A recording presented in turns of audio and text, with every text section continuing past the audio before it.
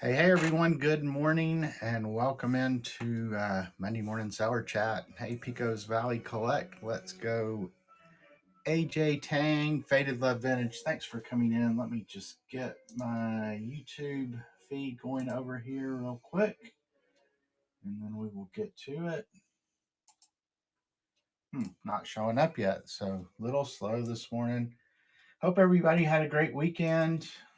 I actually worked in Clinton at my antique mall all weekend, so that filled up most of it. But I did get around to smoking a bunch of meat on Friday, smoked bologna, chicken thighs, and sausages.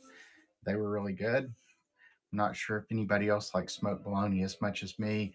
I'm really the only one home right now who eats it. Amy doesn't like it, but my kids like it, so we'll put it in the freezer and it'll be there when they visit. Let me see if this has popped up over here yet on the YouTube. That's weird. Oh well, we won't worry about YouTube this morning. It doesn't look like it's picking up over there. Other than that, let's see. I did have a good sale. Hey, Love Be My Motive Studio, Carrie and Friends, Gold Faced 1000. Welcome in. This is my just normal Monday morning show I do. I don't really do any active selling, although I do have stuff in the Buy It Now if anybody's interested, including our delicious Franklin Hill Farms products. But this is really just an opportunity for me to get together with friends, talk about what all happened over the weekend, things we sold, things we found, things we did. Um, this morning's show, I thought I would talk about it's kind of an unofficial anniversary for us. It's 25 years in reselling. If you go by the date we started on one of the other online marketplaces, uh, our eBay profile says that we started in 1998, and really that was Amy selling kids' clothes. We had young kids at the time. I guess we had by 98 we had two young kids, and she would use that platform to mostly sell clothes that we didn't need anymore. So she's really the reason that we got into reselling, I guess. And so that was 25 years ago. Hard to believe that all my kids are now adults. But anyway, that means I'm old. So, with that in mind, I thought today I would talk a little bit about what I consider maybe my top five reselling tools that I use. And I'm just curious to see what other people might consider their critical tools that they really couldn't do business without. Hey, Mighty Annie, welcome in. Carla KB. Hey, Gina. Appreciate everybody stopping by. Um, so, yeah, as I mentioned, I smoked a bunch of meat on Friday and been eating on that all weekend. One thing kind of fun, I guess, Amy and I did last week is we went dumpster diving in the neighborhood. We're usually not big dumpster divers, but Amy was out walking one day and happened to see that we live in a neighborhood where there's a lot of house flips done just because it's a transition neighborhood. A lot of older people live here. So as they die off, the houses go on the market, they get sold. Most of them look like they're snapshot straight out of the 60s or 70s. So flippers come in, completely gut them, and they don't really care what they throw away. So Amy was out walking and saw a couple of lamps sticking out and thought, told me, hey, we need to go over there and look at those this evening. So we ended up going to the dumpster, did not find any, the lamps were both broken. So we didn't pick those up, but they had pulled all the light fixtures out of the house and thrown them in there. And we got this really cool chandelier that had probably 150 to 200 crystals on it. So the chandelier itself was in really good shape. A lot of the crystals had fallen off, but they weren't broken or anything. They just hook on the chandelier. So we were literally got a bench and we were pretty much inside the dumpster pulling, crystals off the bottom and trying not to cut ourselves on all the broken glass in there. So don't do a lot of dumpster diving, but that was kind of fun and pulled some pretty neat mid-century modern light fixtures out of there that will do really well in our booths. It's funny enough, this is the same house before they even moved out. they were putting stuff at the curb. I think they may have gone to assisted living or something, but they had put out a ceramic Christmas tree, a brass gooseneck lamp, and Amy was out walking one day, came back after work. They were still there. So she grabbed those and we sold them in our booth. So it's kind of neat living in a neighborhood where it's turning over like that, but you never know what you're going to find on the curb. So that was pretty much my weekend. Oh, the other exciting thing I had happen in one of my booths. It's always fun when you sell something you completely forgot you had. I had this mid-century modern bedroom set that I took out to Bearden Antique Mall here in Knoxville, probably right when we were starting out there. So it's been more than a couple of years anyway. And we had sold the dresser, the chest of drawers, and the nightstand, and all we had left was the bed. And it was a full size bed, mid century modern, but not real decorated or anything, pretty plain. But it had gotten put upstairs because we didn't want it in our booth anymore and shoved back in a corner upstairs at the mall. And the area upstairs at Beard, and it leaks a lot. So there's not really rented booths up there. You're welcome to put stuff up there. You just run the risk of water getting on it. So we had shoved it back in a corner where we thought it would be dry. And it sold over the weekend. And I saw in my book we sold a bed frame. And I'm like, I don't remember having a bed frame. And then I remembered, oh, it's that part of that mid-century modern set. So it was a $150 sale. So very exciting to sell something like that you don't even remember that you had. So, hey, welcome in Greeds, Deeds, Wild K. Just before we get into the list of the tools that I consider pretty much critical to my business success, we do have our next ephemera selling show coming up on Friday at 8 o'clock p.m. Eastern time, I believe it is. So that'll be an ephemera show. That's pretty much what we've niched down to selling on Whatnot. We used to do a lot more variety, but I have so many other outlets to sell glassware and collectibles and bigger breakable things that I made the decision to focus primarily just on ephemera on Whatnot, because when you're doing 2 hour show and you sell 40 or 50 things, packing up all that glassware, and there may be some glassware sellers in here, and bless you, because when I did glassware, I mean, I would spend the whole next day packing up. So it's different when you sell 40 things that are breakable versus you wake up on a morning after the other platforms I sell on, and I have 8 or 10 sales. It takes a lot less time to package those up. So I like ephemera because in most cases it's relatively easy to package, and I can take a 40 or 50 sale show and have things packaged in maybe a couple of hours versus a whole day that it would take when I was doing all the glassware. Hey, welcome in Tony Martini 1212, Miss Ray Ray. Thanks for stopping by. Let me see if this has popped up on YouTube real quick. Give me just a second. Yep, there it is. So just in case somebody were to chat over in the YouTube world, so I can see that. Make sure that's still muted. So yeah, if you are over on YouTube, you can scan the QR code and that'll bring you straight over here to Whatnot, where you can participate in the chat.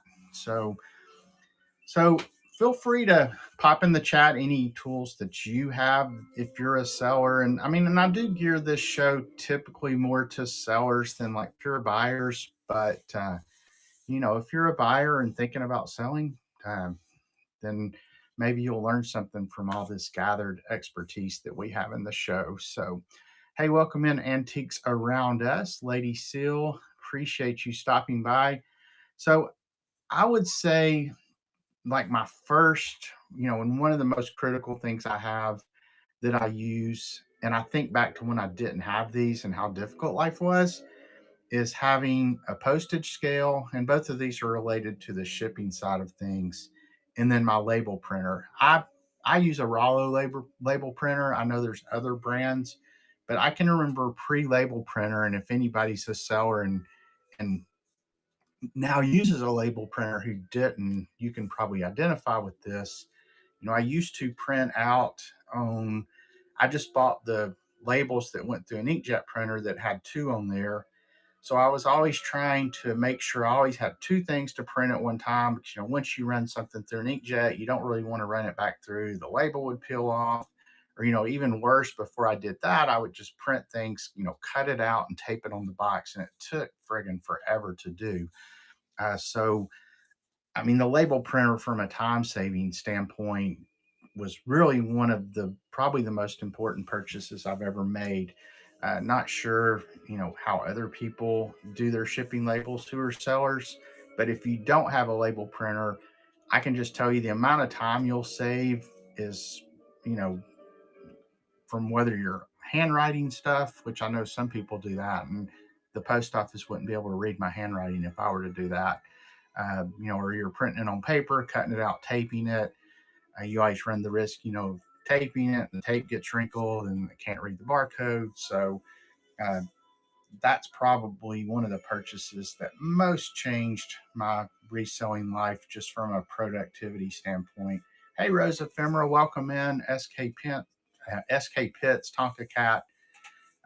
Thanks for stopping by. Anybody else I've missed, anybody over there on the YouTube feed, appreciate you stopping by as well. So that would probably be my number 5 would be the postage scale slash Rollo label printer. And I didn't really talk about the postage scale, but you can get those really cheap from Amazon or other places, like $15. And if you're planning on selling or resell currently, um, the ability to accurately weigh things, whether it's Whatnot you're selling on or other platforms, is very, very important. And then obviously after it's packaged, to be able to get the exact weight to ship things out. So the next would be related to my picture taking. And if you come to my Whatnot shows, so yeah, Rose Ephemera, that's pretty well in the ballpark of, if you get it from Amazon or whether you get it from a brick and mortar like Walmart. I know I have 2 postage scales. I keep one like right here next to me in here. So when I'm listing things, I can weigh it. And like my general rule of thumb for the things that I sell, and I sell mostly breakables, glassware, china, things of that nature. And I've pretty much learned for anything that's going to be over a pound, I can add a pound to it, and that gets me in that 1 pound weight range that's, either for priority mail or UPS or whatever you're using. And I'm probably 99% accurate uh, with that, just adding a pound to account for my box and packing materials. Now, obviously, if it's paper or flatware that's light, I don't add a pound to that because my packaging is not going to be a pound, and that stuff will end up being able to be shipped. Well, what used to be first class and is now ground advantage.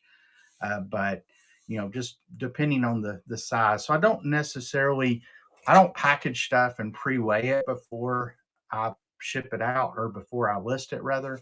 I just estimate my weight, but it's been always close enough where I'm right in that 1 pound range that you need. So I know there's some people who actually package their stuff and before they list it or when they're listing it, and then it's ready to go. My problem with that is I have over 1,000 things listed across various marketplaces.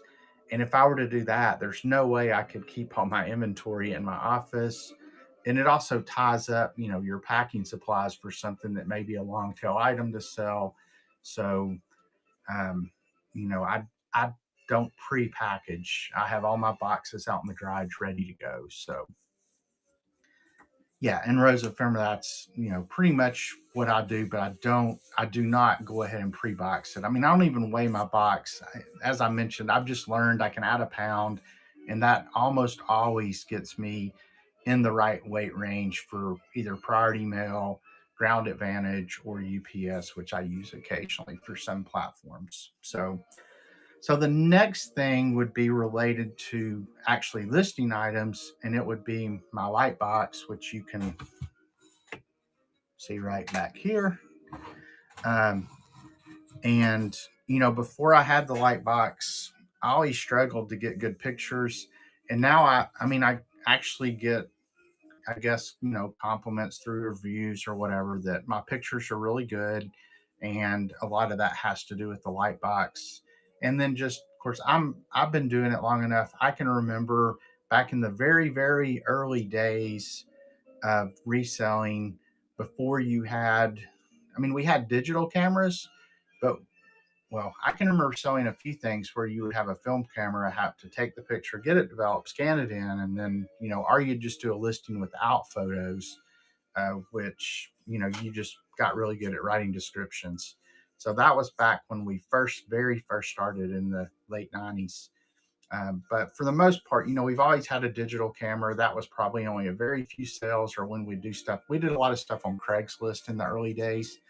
But, even when we had our digital camera, you would have to, take your pictures, then go over and plug it in and upload them all. And, now you take things directly on your phone. And I mean, it's incredible, how much phones, whether it's an iPhone or an Android or whatever, changed everything, but related to reselling, changed so much. Um, but yeah, my light box was a real game changer. And I started out with this real small light box. And, now I have a much bigger one because of the types of things that I sell. So another tool that I would say is indispensable to me now and was a real game changer would be, and this is kind of related to having a phone, but it would be Google Lens. I'm not sure who all uses Google Lens when you're outsourcing. Um, it's such a great tool for identification, though. It's amazing to me, even with like flatware patterns. I can take a picture of the end of the spoon and it almost always, it'll bring up several patterns, but it almost always one of the ones that it brings up is a match. So I used to have to, go to a site and I'd look through every pattern, but Google Lens almost always gets me into the right ballpark when I'm trying to find stuff. Hey, welcome in Blake Franks 1983, the Divergent Flipper, Huey 2722, TJ's cards are the best. Welcome in. I am Stuart with Franklin Hill Ventures. I do this Monday morning show every Monday, 8:30 a.m. Eastern time, and it's really kind of just a reseller chat show where we get together, talk about things we found, things we sold, tips, tricks, just try to help each other out. And today, since it is the 25th anniversary of us being on one of those other online platforms, thought we'd talk about some reseller tools that have been indispensable in our reselling journey. So if you're not using Google Lens, and I think on Android it might actually be an app called Google Lens. I don't use Android, so I'm not 100% sure, but I know on the iPhone there's not technically an app called Google Lens. You just download the Google app, and then when you take a picture of an item when you're searching, that's the Google Lens portion. But yeah, it's to be able to, when you're out, identify what things are is, just, it's so amazing what it can do. I mean, I think back to when you're outsourcing before phones and, you just kind of have to take a chance on things typically, or call a friend who might know something about it. Um, Now this particular thing, I don't know if anybody else thinks it's as cool an invention as I do, but for cleaning things and the types of things that I clean, it was a real game changer, and that's the Magic Eraser. It's amazing what the Magic Eraser will do for china. Now, you obviously, I mean, it is a micro abrasive, so you have to be careful. And I always wash things first and try to just use a cloth, but I mean, whether I'm polishing silver that's really stubborn or cleaning china that's got black marks or cleaning pretty much anything else, it's amazing what it will take off with and leave no visible evidence that you used it. If you haven't ever used a magic eraser, I mean, they're obviously great for cleaning around the house too, cleaning walls and bathtubs and all that kind of stuff. But in the reselling world, it was, I mean, it really made it a lot easier to clean things that I used to have to, use other methods that might be more risky or, might take longer. But it takes a lot of effort out of cleaning things. Hey, welcome in Cherry Pickers, Crystal Crafters, Blake Franks, 1983. I think I already said hello to you. Appreciate y'all stopping by. And then another one would be just Excel. I don't use an accounting software per se. I mean, I'm an IT person by trade and always been like a big Excel person. And I could not live without it because it's my inventory tool, it's my P&L tool. I mean, it pretty much does everything related to tracking my finances and inventory, uh, you know, as part of my what I do. And I am a full time reseller. Now I've been full time reselling since September of 2021, I believe it is. So, and then finally, and this would be something I started using. It's been like 3 years ago now, and it was probably the absolute biggest change in my reselling paradigm, for lack of a better term, and that's List Perfectly. Um, so if you're a reseller not cross posting, for me anyway, it completely changed my reselling life more than any other tool I've ever used. And whether it's List Perfectly or any of the other number of cross posting tools that are out there, um, if you want to get serious about reselling, cross posting, at least for me with the types of things that I sell, exponentially increase my sales. It wasn't just going from one platform to six and it increased my sales by 6 times. It increased it by much more than that. And I was always resistant to cross posting. Like I would list, I started out on, one platform and then I started listing on two, but I would never list things to the same. I was always worried that either people would see it or, you know, it would sell one place and I wouldn't see it sold and wouldn't get it, delisted from the other. But to be honest, I sell on 6 different ones now. Well, 7 if you count Whatnot, and 8 if you count Instagram that I occasionally post stuff to and sell there. Um, I think in 3 years of doing this, I've had 2 times when something's sold in 2 places. And both those times were like things that sold like really, really quick. So it really hasn't been an issue. And, you know, List Perfectly for me specifically, or any cross posting tool, helps facilitate the whole getting things listed to all these platforms and delisted from the platforms when something sells. So, if you are interested in trying out List Perfectly, you can use code FHV. That'll give you, I think it's 30% off your first month or something. And never, always reach out if you ever have any questions. If whether it's about List Perfectly or anything, don't ever hesitate to reach out to me. I definitely don't have all the answers, but I have been doing this a long, long time. And, I've picked up a few things along the way. So that's kind of just what I wanted to go through today from the standpoint of, uh, being on the other online platform for 25 years just got me to thinking, what are some things you can't live without? And that's kind of my list there, um, of things. I don't know if anybody else has things that they consider just a tool you absolutely could not live without. And if it went away, you would be like, how am I going to keep doing this? But anyway, outside of that, we'll do a giveaway here in just a second. I always end up the show. Today, I'm going to give away a couple of handwritten letters from the early 1900s. And I always try to give away things that are representative of the types of items that I sell in my shows. And as I mentioned, my next actual selling show is Friday night, 8 o'clock p.m. Eastern Time, and it'll be an ephemera show, which is primarily what I sell. I did cut back, and I don't know if anybody else who sells on Whatnot, or even if you just buy on Whatnot, I really had to kind of step back and say, I'm gonna not be quite as involved on Whatnot because I found that it was all consuming. I was spending so much time prepping for Whatnot shows, watching Whatnot, all the different things that go along with Whatnot, that it was really at the expense of everything else I did. So, at that point, I said, I think I'm going to go to an every other week model on Whatnot. So, really, every other Friday, for the most part, is when Amy and I do shows. And that's worked out really well.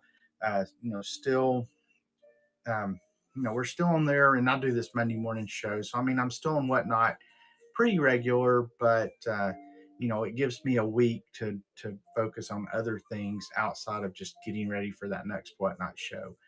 I still have Whatnot on all the time in the background. It's my background music as I work throughout the day.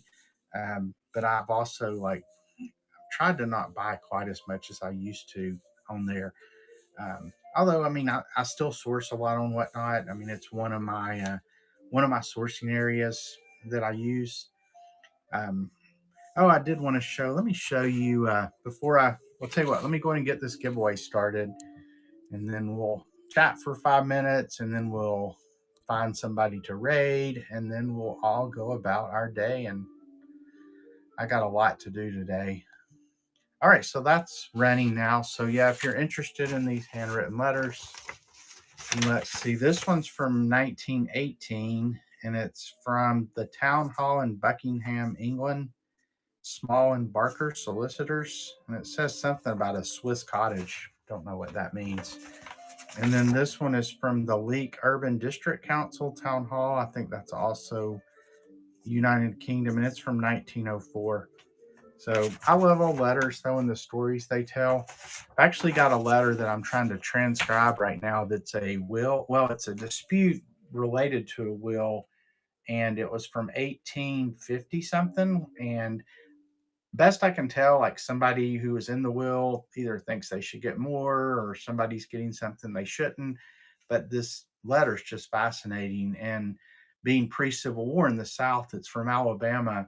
It's got a lot of, I mean, there's a lot of stuff about slaves in there. But what's interesting is that list, I mean, there's tons and tons of names mentioned.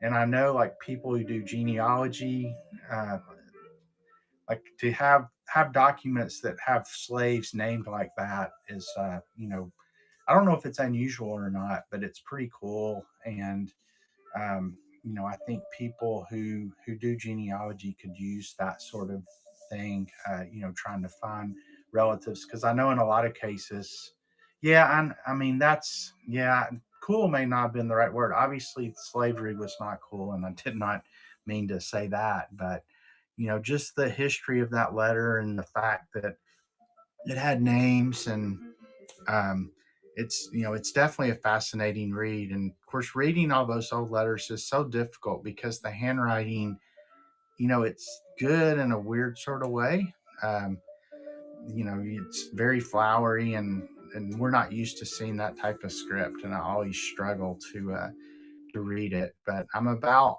2 pages into transcribing it, and it's about a 30-page document. Here, I'll just show it to you. It's let's see, I think it's, well, maybe not 30 pages. It's probably more about 15, but yeah, I think it's this one here. Yeah, it's either this one. I think it's this one, but yeah, I mean, something. It's just so cool that things survived from the 1800s like that. I know hardly anything that's made of paper survived around our house for the first 30 years that or for the 30 years that Amy and I've been married. But for things like that to have been kept is always pretty incredible to me. So there's about 2 minutes left on the giveaway, and see if there's any last things I forgot to mention. Oh, the other thing I wanted to show, give me just a second here. Oh, if you're still on here, Libby from Consignment Chats, thanks for stopping by over on YouTube. Let's see. Let me show you this this set I got. Let me pull my camera off here real quick. So I always talk about how important relationships are in reselling, and this is something that somebody called me about last week, and their son was going to throw this in the dumpster. So when you see this, you'll just be blown away that they were going to throw it away. But they knew that I'd bought some stuff from them before, and they said, "Hey, I know somebody will like this." So long story short, they bought it home, and it's this set here. So it's from Federal Glass, and it was a 17 or 18 piece set, I think. But it's this barbecue chef pattern, if you can see that, which apparently, based on my research, is pretty hard to find and pretty rare. But it had 4 plates, it had the salt and pepper shakers, it had 4 tumblers. If you look down here, it had 4 mugs, and then an ashtray, and then it also had this stand. So you had a large metal tray and then a smaller metal tray as well. But there's the design. But I thought that was so cool, and so glad that that she thought of me whenever she saw that. So I ended up buying it from her, and now it's out at my booth at Bearden, and hopefully it'll find a new forever home. And there's 5 seconds left in the giveaway, and then we'll go find somebody to raid. But I really appreciate. So let's see, the winner is here. Greeds Deeds, congratulations, and that will ship out today, so you should have it middle of the week. Hey, welcome in, Baby B64, Diane Nana, Sharice, Abijan 1, anybody else I missed. Thanks for the follows, everyone. Thanks for the hearts. Let me look over here and see who we want to raid this morning. I am actually getting ready to go walk now. I always walk with my neighbor, usually at least 3 or 4 times a week, and we're going to go walk here. It's really nice here in Knoxville. I'm not sure what it's like for everybody else, but the temperatures dropped way down. It was in the 50s this morning. So hopefully we are, past the extreme heat anyway. I know we'll have another hot streak or two. All right, tell you what, there's actually somebody selling in the ephemera category this morning, which is pretty unusual. So if you can just stick with me at least long enough to do the raid. I know when I get rated, it's very exciting. And for anybody else who's a seller, I'm sure you're always thrilled when you get rated. So we'll go over and see Dr. Yo-Yo, and the title of his show is Monday is for Paper. He's got 2 viewers right now, so this should put him up to 15 or 16. So anyway, everybody have a great week. If while I'm doing the raid, if you're a seller, feel free to drop your name in there. Everybody follow each other. One of the main reasons I do this show every week is just to support the Whatnot community. I mean, it's been one of the best things that's happened to me. I love this community. It's, even though I had to cut down on the shows I was doing, it's still my favorite place to sell because of the social aspect and the people I've met so many people that I consider friends, even though I've never met them in person. So, yeah, and tell you what, Greeds Deeds, let's see if I just gave you a follow. So good luck with that. And let me know if you have any questions about anything as you get started. Whatnot's they make it very simple, but there's still, obviously, as with anything, there's little idiosyncrasies that come up when selling. So, hey, no problem, Baby B64. So let me go in and get this raid started. We're going to go over and see Dr. Yo-Yo. I'm not sure if they're a new seller or not, but I haven't seen one of their shows, so we'll see how it is. So we're going to raid. As usual, I always talk through the raids. So Dr. not Dictator, or Doctor. There he is. All right. Everybody have a great rest of your Monday. Hope to see you Friday night, 8 p.m. Eastern time. Also go to franklinhillventures.com. That has links to all my social media. And we'll see y'all later. Here we go.